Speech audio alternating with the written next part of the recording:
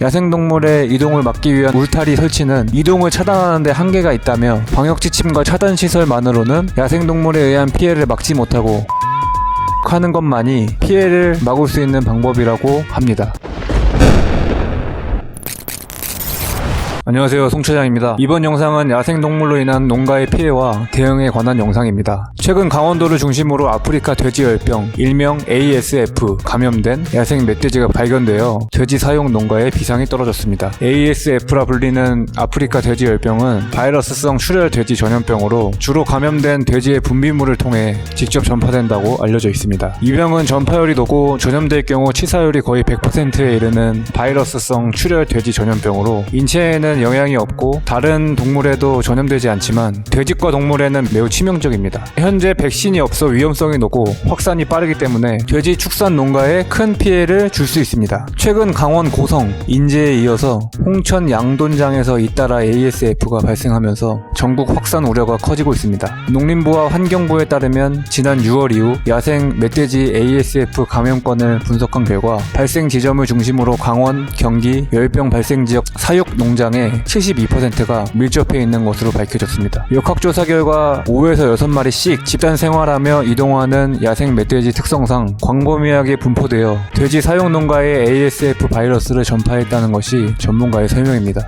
이에 강원도는 확산 방지를 위해 ASF가 발병한 농장 3곳에 사육돼지 6,488마리를 살처분했다고 합니다. 이에 관리 당국에 대한 방역 정책 실패를 비판하는 목소리가 커지고 있습니다. ASF 확산의 원인인 야생 멧돼지 통제를 제대로 하지 못했다는 지적입니다. 한돈협회에서 야생 멧돼지 제로화 벨트를 만들어 남하를 막아야 한다고 수차례 건의했으나 묵살되었으며 지금이라도 환경부에서 야생 멧돼지 감축을 위한 대책을 적극적으로 시행해야 된다는 것이 협회 측 입장입니다. 이렇게 야생 멧돼지에 의한 농가의 피해가 계속되면서 멧돼지뿐만 아니라 농가에 피해를 주는 야생동물 퇴치 방법 모색을 위한 연구가 활발히 진행되고 있습니다. 충북농업기술원에서 연구한 야생동물 기피 약용 작물 선발 및 작부체계 연구에서 특히 야생동물들이 기피한다고 알려진 식물을 재배하여 효과를 연구하였는데요. 멕시코 감자라고 하는 얌빈, 배초향 들깨를 재배하여 야생동물 퇴치 효과를 알아보았습니다. 얌빈의 경우 열매에 로테논이라는 성분이 있어 먹으면 독성으로 죽을 수 있다 하는데